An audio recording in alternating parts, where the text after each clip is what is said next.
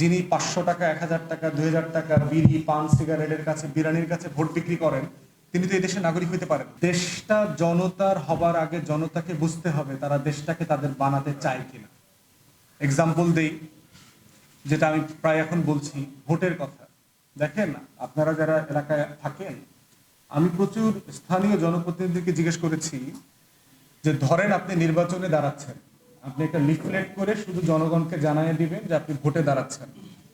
আপনি কাউকে নগদী বিকাশে কিছু দেবেন না, বিরিয়ানি খাওয়াবেন না, ফুসপানি, পান, বিড়ি, সিগারেট, গান বাজনা, কুদ্দুস বয়াতি, মমতাজ কিছু করবেন না। খালি আপনি লিফলেটে জানিয়ে দেবেন, ভাই এটা আমি নির্বাচনে দাঁড়াচ্ছি, আমি নির্বাচিত হইলে আপনাদের জন্য এগুলো এগুলো করব।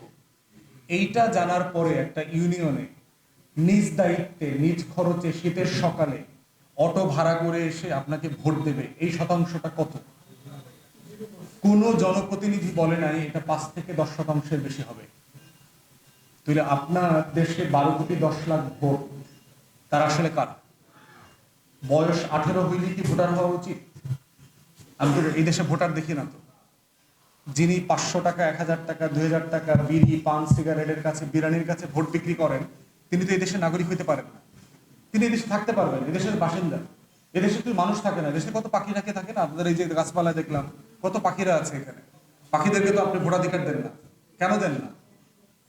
কারণ সে চিন্তা করতে পারে না। তবে যে লোকগুলো টাকা ছাড়া চিন্তা করতে পারে না ভোটের ব্যাপারে, তার মধ্যে পাখির সাথে সম্পর্ক কোথায়, পার্থক্য কোথায়? তাহলে আপনার ভোটার কোথায়? তাহলে সে দেশে 87% ভোট করে কিভাবে? 73%, 74%, 67% ভোটার আসে কোথেকে? প্রার্থীরা টাকা পয়সা দিয়ে এটা মোবিলাইজ করে। তাহলে জনতাই তো নাই, আপনারা জনতার রাষ্ট্র আসবে কোথেকে?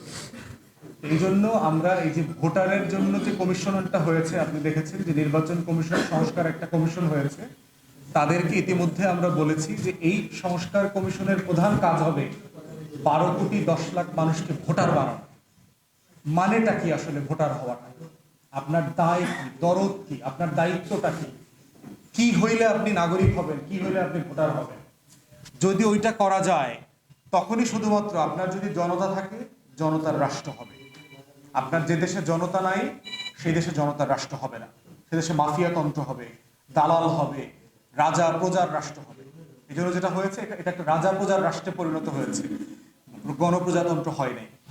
খরচের ব্যাপারে হচ্ছে, এখন পর্যন্ত হচ্ছে দলের সদস্যরা আমরা সবাই টাকা দিই। আমরা যারা দল করি আমরা সবাই মাসিক চাঁদা দিই।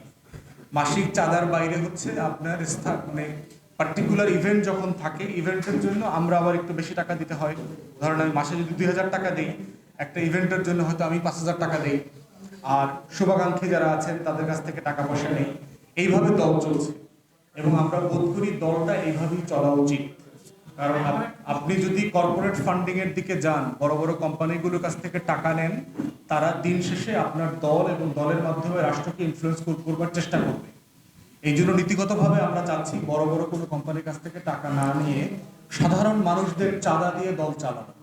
এই সিস্টেমটাকে কিভাবে অর্গানিক করা যায়, প্রাতিষ্ঠানিক করা যায়, এই জন্য আমাদের অ্যাকাউন্টস ডিপার্টমেন্ট আছে, আমাদের রেগুলার অডিটর আছে।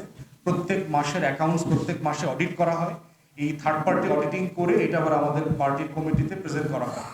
এই অ্যাকাউন্টেবিলিটির মধ্য দিয়ে আমরা আয় এবং ব্যয় চালিয়ে যাচ্ছি।